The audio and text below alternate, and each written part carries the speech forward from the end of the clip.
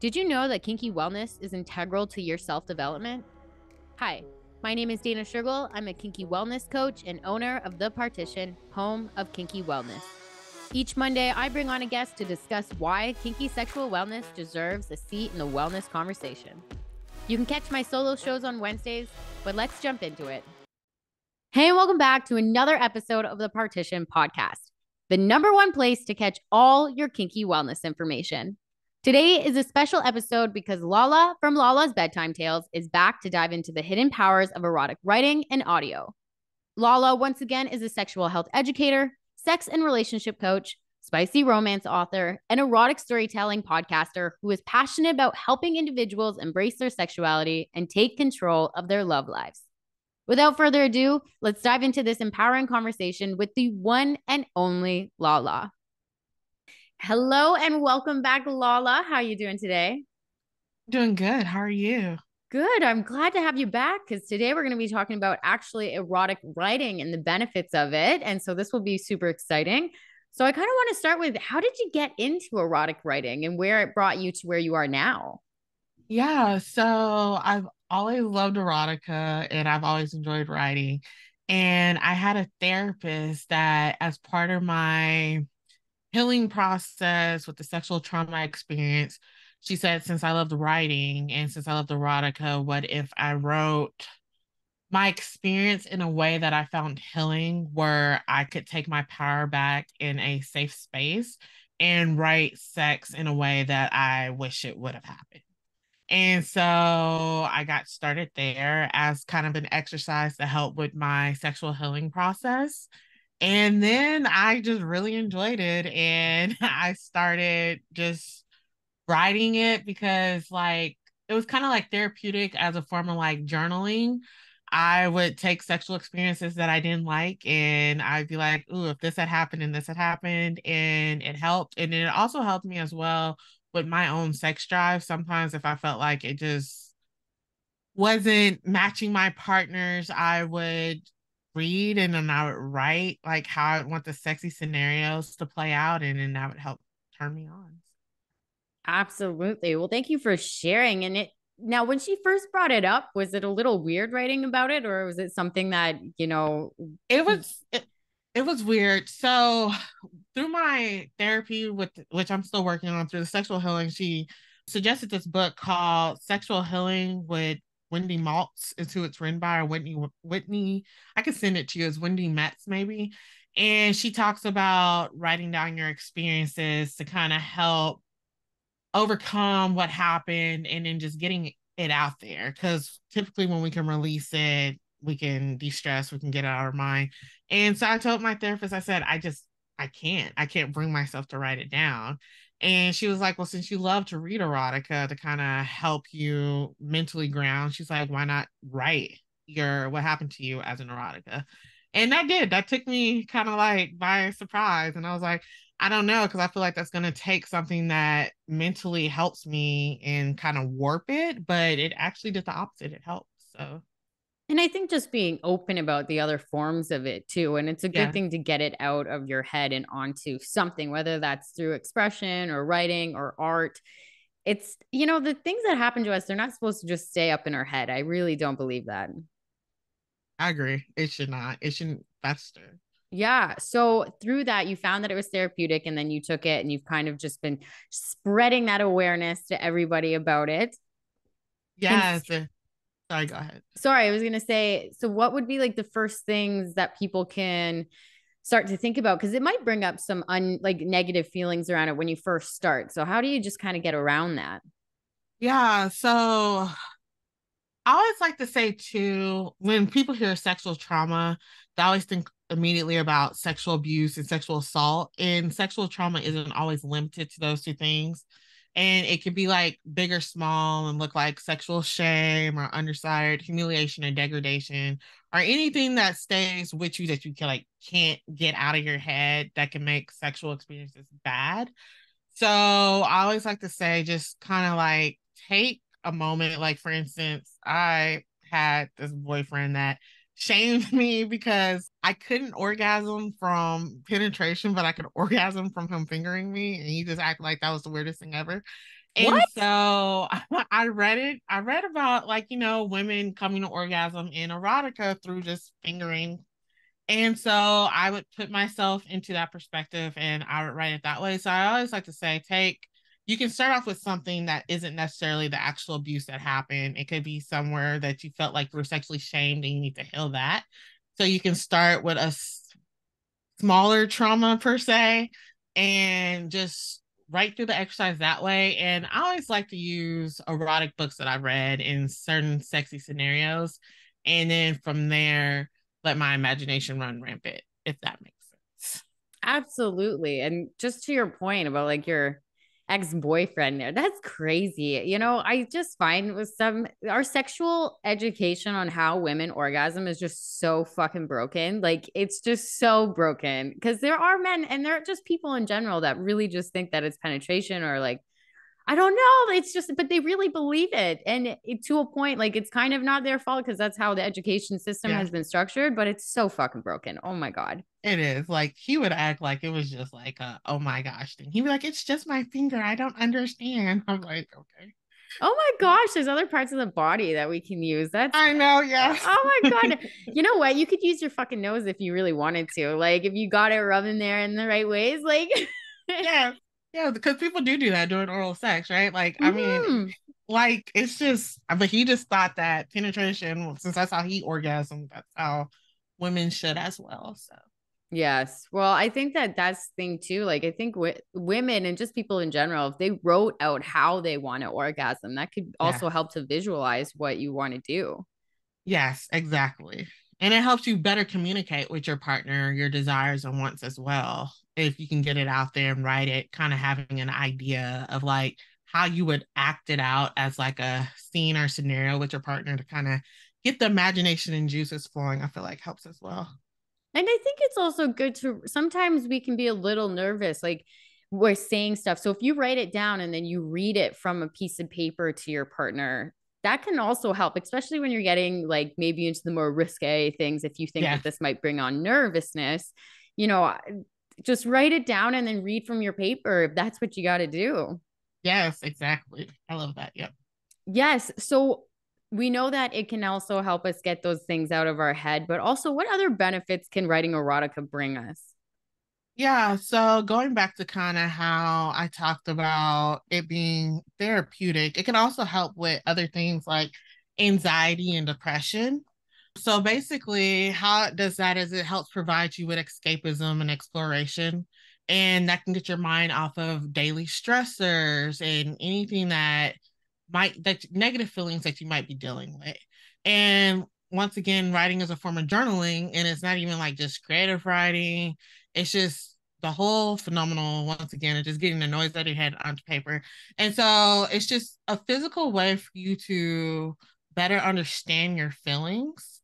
And also, too, I feel like it's a way that you can tap into your imagination and you can just really, because, like, gosh, this is like kind of how I feel like it's just more of a like a freeing way.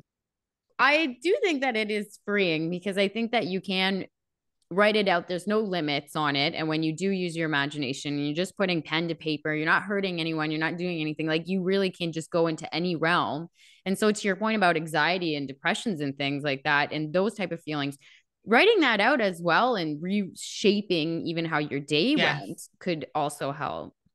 Yes. And then as well as using it as an exploration tool, like if there's a kink or a sexual fantasy that you're interested in, sometimes like you can read it or watch it, but it might not necessarily turn you on like you would expect. But if you write the scenario how you think you'd want to play it out, it can truly help you understand whether or not you find it an ick or if you think it's something that you'd actually be interested in trying out. And I think it's also fun when you can create like different characters and like these Yeah. fantasy things that, again, like it doesn't have to make sense to anybody else what you're writing down. It just has to make sense to you and whether or not that's a good emotion that you can get out. Yes, absolutely.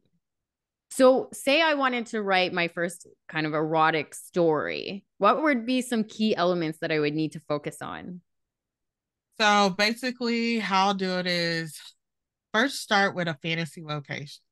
So Anywhere, and that can be anywhere you think you could have the best sex or most adventurous sex of your life. Like it doesn't have to be like an escape to like Cancun, Mexico or Bali or somewhere like that. It could be just like the span of a bedroom one day with no kids for the week. So fantasy location is always big. And then second, to kind of help develop the storyline, to like role play the scene, you want to choose like a sexy story trope. And so story tropes are really big in the romance writing community. So that's like your best friend's brother, billionaire boss. You'll get like forbidden love, like stuff like that. And so from there, you can like come up with it. Like common ones are like hot CEO and secretary, or enemies to lovers or rivals to lovers. And you can have like incredible like hate sex or like having the power dynamic, things like that. And then third, I always like to say like pick a kink or sexual fantasy that you might want to play out, and oftentimes it could be like impact play or primal kink, where this person is like chasing and hunting you in like a mask and writing that out. Then lastly, choose your characters. Like, do you want it to be like your sexy Pilates instructor and this hot masseuse that you have, like your partner, celebrity? And then you can write the story that way. So those are the elements that I definitely would say are key to writing out like an erotic scene. And I like your point about the story tropes, because they are fun to play with, and everyone does think of them. Like I whether they admit it or not, like I think that people think of tropes more than they care to admit, but it is something that you see, the boss or like, because that's what kind of what we've been raised on too. That's a lot in Yeah. the media, so that's kind of fun. Yes, absolutely. Yeah. And so even like the location to start with, I think that's the crucial part because I was thinking, oh, like character should come first. But actually, yeah, like where are you even going to have this? Because it kind of sets up the whole thing. Yes, absolutely. That's why I always start, because even when I like write my stories for my like podcast, I'm like, where do I want this to take place? Like, where's the sexiest place like I can think of? Mm-hmm. Mm-hmm. So are there like popular words and phrases that typically get added into erotica? A lot of it that I've seen is more so power exchange stuff. So you'll see like good girl or daddy gets thrown around a lot. A lot of words, people will get very explicit. A lot of people from like reading groups, I mean, they hate the word like cock for whatever reason. Mm. Their preference is dick. So you'll see a lot of that is a word that's huge. People don't feel like it sounds crazy to me too, but like people don't necessarily feel like anatomical terms are really hot. So like instead of saying like vagina or something like that, you'll see a lot of the P words. So you'll see a lot of pussy and stuff like that that people just find like super hot used in erotica. And then you'll see like I think the more vivid you can make it, the hotter it is, especially when you're like reading it back. So instead of going to like what we would call fade to black, where you kind of give very minimum description, like instead of saying, oh, they went to bed and they had sex or they kissed passionately, like you Mm. want to talk about it. Like you want to be like, he thrust inside of her, hitting her G spot. Anything that like, or even describe like if it's a, let's just take a heteronormative male and female, like describe like how does it feel when someone's having sex with you as a female, or how does it feel for the male? Like I'll pull in my husband and ask like, what does it feel like to you? Like describe to me how it feels to have sex, stuff like that. So I feel like the more descriptive you can go, the sexier the scenario is in erotica. Yeah, and even with some of the books that we've kind of gone over, there's a clear difference between the non-descriptive plays and scenes versus the ones that are really descriptive. And yeah, it kind of is a letdown when you don't have that buildup. Like the whole point of the erotic part of this novel is that section. And so when it's kind of like, unless you're going for more like an entry level, like beginner friendly, not that spicy. But if you are looking for the spice and it's not there, then it's like, like, what happened here? Yes, exactly. Yep, exactly. Because I feel like you want that, like, oh my gosh, like that. I like to call it like that butterfly feeling in your clit, like where you feel like you're like Mm. throbbing. You like want that where it's actually creating arousal. And I feel like the more explicit it is, the more dirtier the talk, the more of a turn on it can become. So yeah. Yeah, and like even with the anatomical correct words, like save that for the science and the learning. Like that, this isn't what this is. This is for entertainment purposes only. Like, give me all the words that I feel fun to say. Like, because Yeah. it can feel kind of clinical if you use those type of words. Like maybe that's like I feel like it can, at least in my perspective. If I was Yes. reading that, it would seem like a medical journal or something. Yes, exactly. And people like don't want that, right? Like it's like I can go to my doctor and get those terms. So yeah, and then also too, like people, I don't know, like people like really enjoy like calm like play. So like they like to read about like people pushing calm back inside of people, calming on people, like stuff like that too. You'll see a lot of that in erotic writing that people really enjoy sexually for that fantasy. Well, I think the ejaculation part, when you see it visually, there's not really much you can go with it just because it's there. But if you're writing about it, yeah, like it's kind of like this is a star too. This can be a star element of what the erotic is, if that's the point of it. Like, especially when it comes to like breeding kinks and things like that. Yes. That can be a definitely big one. Yeah. Exactly, which is funny because that this one group that I'm in, one of the books right now, it's a breeding kink, and they talk a lot about how they were like they wanted her to hold their cum inside of her like the whole day and stuff like that. So the different things they were doing with stuff like that, and how they didn't want to waste a drop outside of her body. So, and like these women in this group are like, oh my gosh, that was so hot. Every time he pushes it back in her and holds it there, he does like I can't think of a word for it right now, but I think it's like cock warming where he will like sleep with his penis inside of her to keep his cum inside. Like people like eat that shit up. So You know what? I think people do eat that shit up. Like that, like I love that the popularity of that is kind of going around because it's so funny. But I do think that's hilarious. Yeah, like keep it in you, don't lose a drop. That is hot. yes. But so okay, there's those popular phrases. Now, are there words other than atomically correct that people don't like? Like I have a one example when I don't know, there was like a moment there where the word moist or I something, was about people to may, yeah, like no one liked that word. Is that people still still, hate that word. they still I'm hate sorry. They hate it? the word moist, damp for some reason. Like they don't like that word. Is What there a is reason another why word? people don't like moist? Sorry, yeah. Is there a reason why people don't like that word? I don't know. I think most people are just turned off with like the way it sounds. Like I don't know. Like and then another one that people outside of cock, another one that people get weird about. I don't know what it was. There was this time I think during COVID, a lot of the books they had like which I think it was the time during Euphoria. She would use the word man meat. People hate that word. Man, me, yeah, okay, yeah. That I And just so I'm just like, okay. So yeah, and then like also people sometimes feel like if things are too much described by food as a comparison, that can kind of turn them off as well. So yeah. yeah, it's just yeah. So you don't want to go too descriptive to where people are like off put like some of those words. So yeah. Also, I feel like it kind of changes. Like we got to watch out because maybe one word that people used to like, people might not like it tomorrow. So we'll see. Yes. Like that's how I feel about the word cock. Like, I mean, I'm not the biggest fan, but like there are people who are like, oh no, I won't continue reading a book or listening to like the audio if they use the word cock. And I'm just like that's so random to me. But yeah, people don't like the word cock as much as they do dick. So I feel like I'm okay with it. Like to me, when I me hear too. that word, it sounds strong. And so I picture kind of like a more forceful, like more masculine scenario where there might be a little bit more control and that power dynamic. Yes. That's not on me. But that's always up my alley, right? So like that's my cup of tea. So I'm okay with that word. Yes. And then another word, people, you just keep making me think of words people complain about.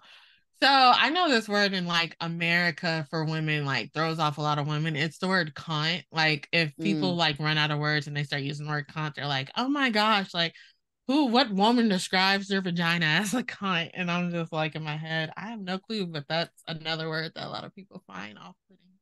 Yeah, that one's, I think it's funny because I think it's kind of the same way up here in Canada. It's the word nobody really likes it, but I don't, another word I don't care. Again, it sounds strong, whatever to me, but in the UK, they use it just as Yeah. like they just throw that fucking word around like no big deal. They don't care. Like that's just kind of, I feel like I know people that have introduced each other. Like, this is my friend. Like, she's such a cunt. Like, it's just, kind of a playful, fun word out there. So I guess it depends where you go.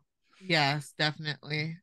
But yes, when it comes to rating a spicy book, I know that there's different rating skills, and I do want you to go into that because if someone's looking to make an erotic writing and they want to place it on the scale, so where does it start? What's the lowest and the highest? Okay, yeah. So I like to say, so this is all subjective, it's like in my opinion. So where I would sit stuff at level one spice in comparison to like where everyone else will sit it is like completely different. Mm. So I'm gonna go based off of like how like the reader community and erotic writers place it. So it ranges from 1 to 5, and you'll usually hear people say like level one spice, or it's like one or two chili peppers. So they use like the chili peppers as like a rating icon. And the spicy book rating system provides you with like the level of explicitness of the book's sex scenes. So, like for instance, level one is typically like fade to black. And so there's a mention of sex or it leads up to sex, but there's no like explicit sex scene. The author just alludes to it happening or the characters discuss it after the fact. And then level two, that's where you get into like slow burn, sexual tension building. And it may have like one or two scenes of explicit traditional or vanilla sex described. And then you get into like level three. And this, to many readers and authors, is when you start entering like the real spicy erotic stories. And it's like a little to moderate sexual tension buildup or a feeling of edging happening from the author to the readers. And then you'll get multiple explicit traditional or vanilla scenes throughout the book. And then level four is where you get some like light kink play, and like 30 to 50% of the book is like sexually explicit scenes. And the story plot is really focused on the sexual awakening or their sexual interactions with other characters. Now, level five, this is where the book is like balls to walls of explicit sex. There's probably more sex than story plot sometimes.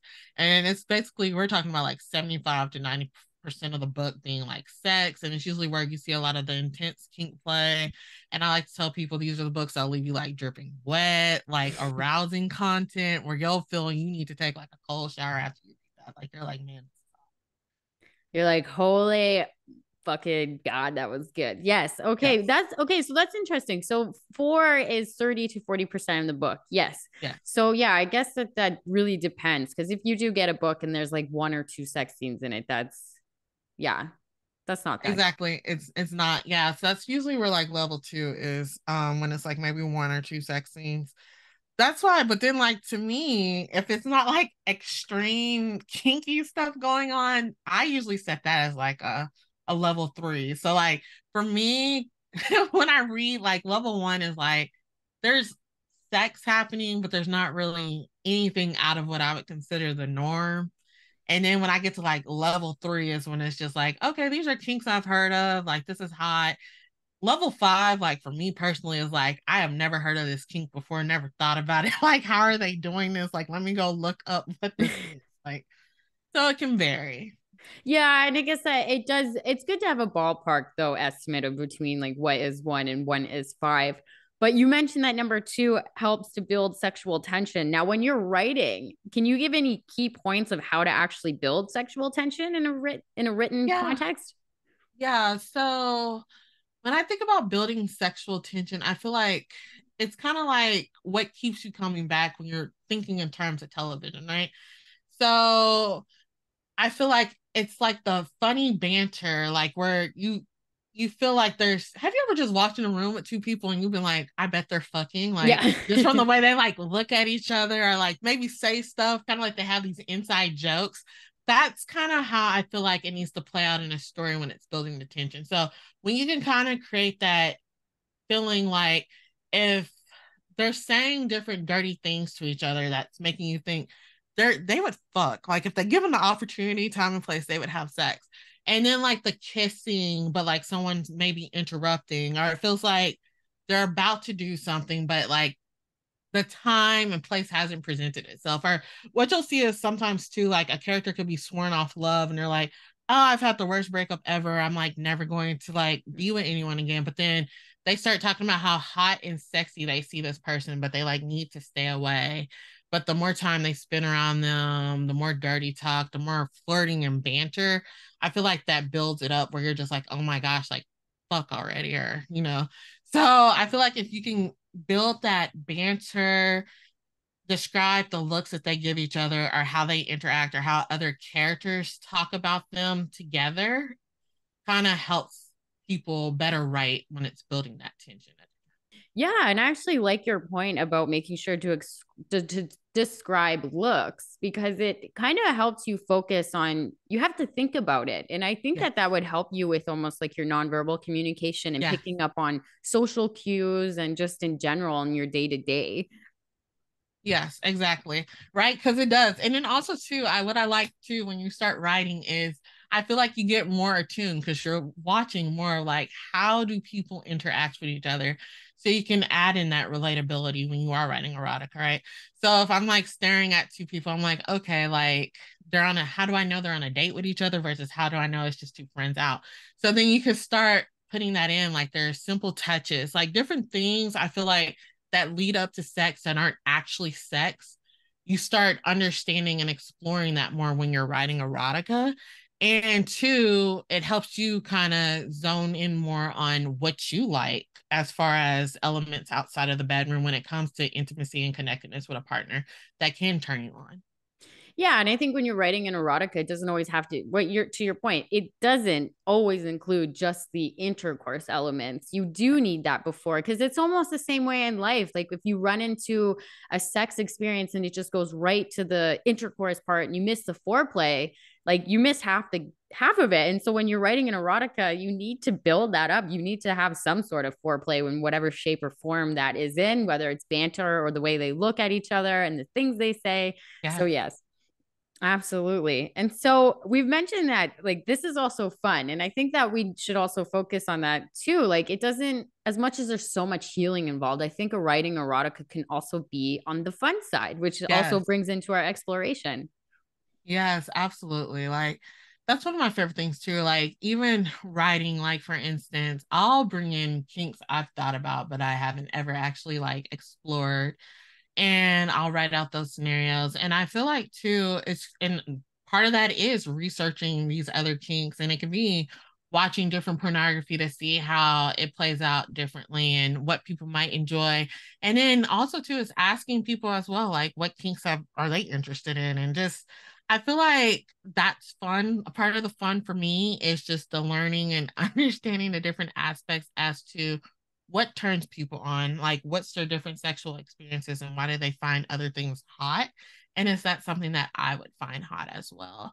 So I think that also too is it's just fun, and it's a way to connect with people in a fun and entertaining way to start that more normalization of talking about sex and making it more positive and putting it out there. Like one of my favorite things I'll tell people is they're like, I don't have any friends I feel like I can really talk about sex with. And I'm like, well, have you introduced erotica to them or any type of like spicy read? And you can like buddy read the book together. And as you start talking about the sex in that, that can normalize the conversation of sex in general, just between two friends. And normalizing sex is definitely a big one, right? So Yes. that's good. And yes, it doesn't always just have to be with your significant other. Like this is also with our friends. You know, you got a girl, like you got a cousin or something, you got family members that you're like, hey, you want to just do this? Because that's another thing too. Like I don't know, maybe this is my own personal opinion here, but the idea that like siblings or family members can't really talk about sex, we need to rewrite that, because your Yeah. sibling is the one that you grow up with the most. That's the person that knows you. So it shouldn't be that it's so segregated. Like just Yes. you don't have to be explicit, but it's just saying like, because this is a natural thing that we're all doing. Yes. Yes, definitely. I grew up in a house with a sex positive parents. So she'd talk about like you have to be comfortable talking about sex. Yeah. She would just start talking about it. Um, she wouldn't necessarily tell you her experiences, but she would just talk about different things that her friends or people around her like enjoyed doing and stuff like that. So I definitely, when I got into the real world and they're like, oh, you talked about sex with your mom, like that's. So just it brings that normalization. That's super important. And like you said, the closest people to you are your family, like your siblings or your mom. So it does definitely make it more comfortable to be able to talk about all aspects of your life with them. Yeah.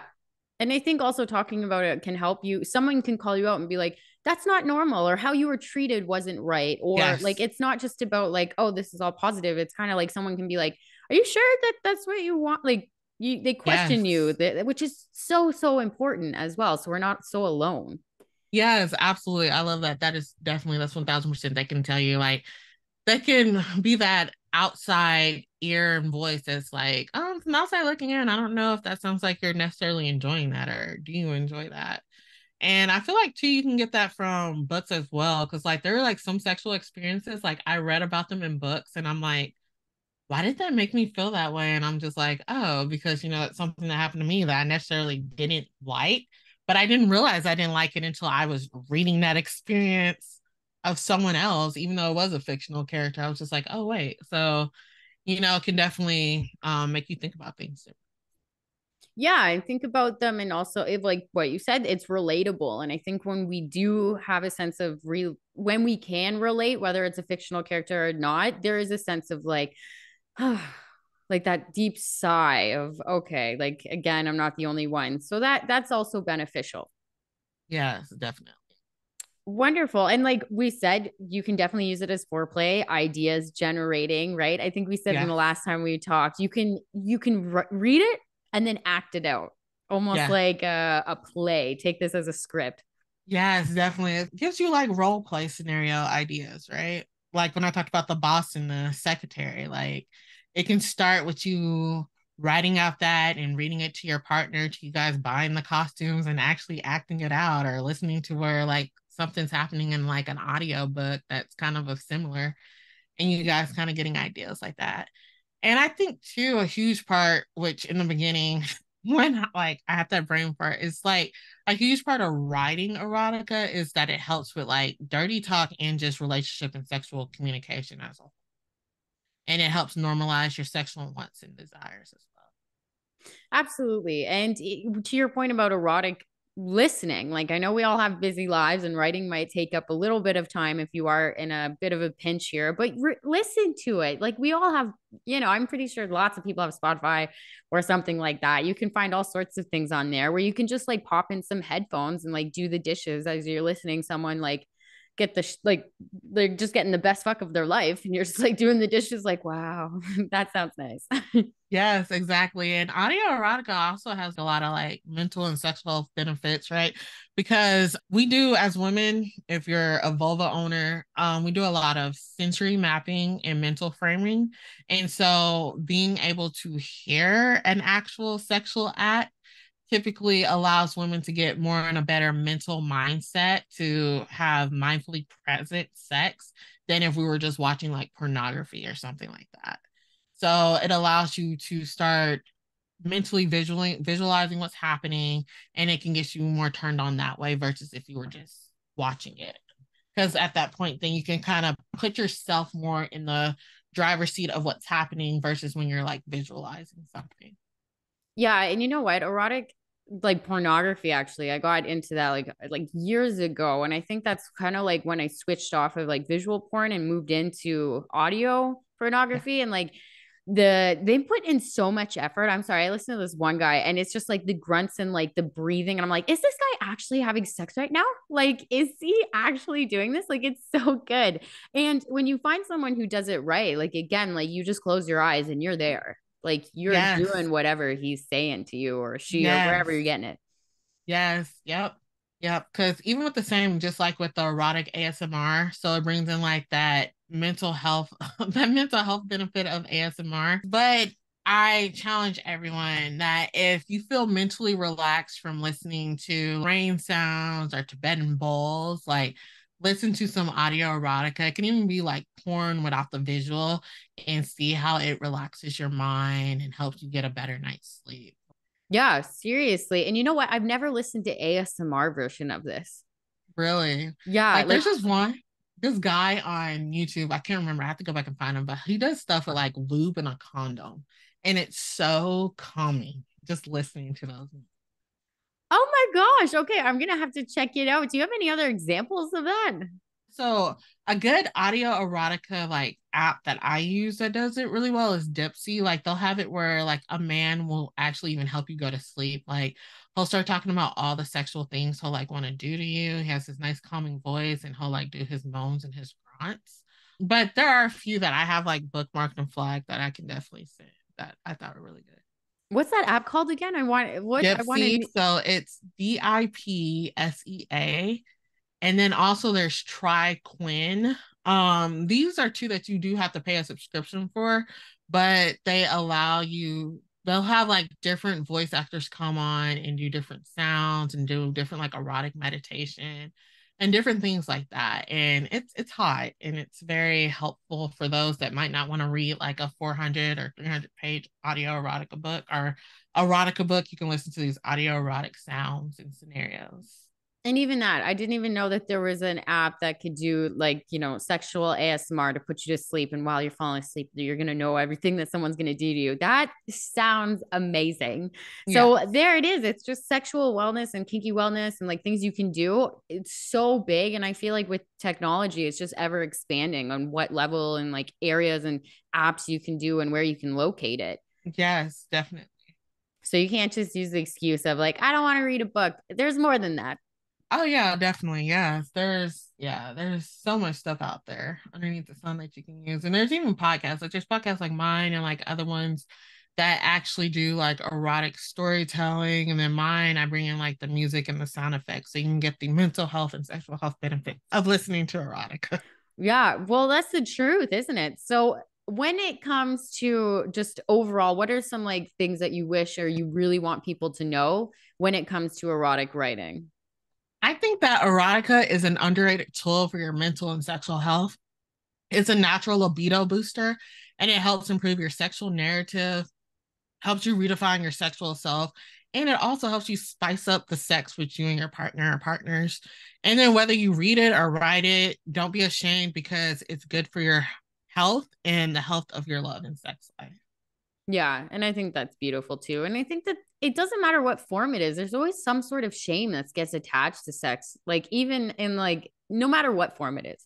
Yes, it's I think just because it's like people feel like because I feel like there's just this level of confidence and mastery when people feel confident in their sexuality and the most innate and natural part of themselves, like if they can just tap in and really harness that, I feel like there's just a fear around what could possibly happen if people felt just, free and liberated through their sexuality. Well, confident people intimidate people. Like I Yes. do believe that. I when you walk in, you stand tall, you know who you are, and again, I don't believe that you really truly know yourself until you are connected to your sexual self. And so you walk with like a different sense of aura, and you're like, I am here, I know myself. Like it's strong, and a lot of people get intimidated, and they just kind of want to tear you down. It sucks, but it's kind of the truth, depending on where you are. Yes. And you'll see too, like a lot of times when you look at like patriarchal societies, they control a lot of what happens with their female counterparts through policing of their bodies and sexuality. So if you feel confident in your sexuality, that takes away the sting of like all of the misogynistic slurs like slut and whore and all that stuff. If you can just own that and know, like, hey, that's not what I am. That's not the narrative that you put on me isn't my narrative, so it doesn't matter. So I feel like that takes away that power as well.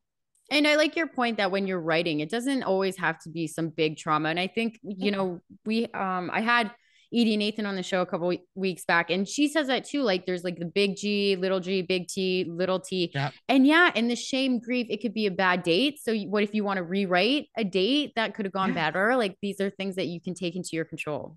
Yes, absolutely. Yes.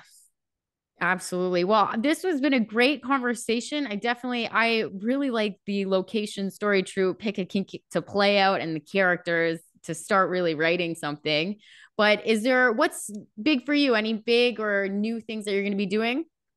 Yeah, so well, if you go to my website at lalasbedtimetales.com and you're interested in erotica and you don't know necessarily where to start, you can download a free best eroticas pick guide. I go through like the different spice levels, how to choose the best erotica for you, as well as a high level of like what's the mental and sexual health benefits of it. And then also too, if you just want a free, fun place to listen to like short, hot, erotic romance stories, you can definitely listen to my podcast at Lala's Bedtime Tales. And then lastly, as a sex, love, and relationship coach, I have a workshop that you can purchase the replay of for $25. And it's a beginner's guide to spicy romance. And I talk about from everything you want to know about what is erotica to how to use it to spice up your sex life with role playing ideas, how to dirty talk to your partner, how to rewrite your sexual narrative if you're trying to heal your sexual self, like everything in this like 2 hour workshop that you can also purchase for $25. So, yes. Wonderful, wonderful. Well, I will put all the links in the description as per usual. And for my listeners, I will see you all on Wednesday. You guys know what to do. Stay kinky.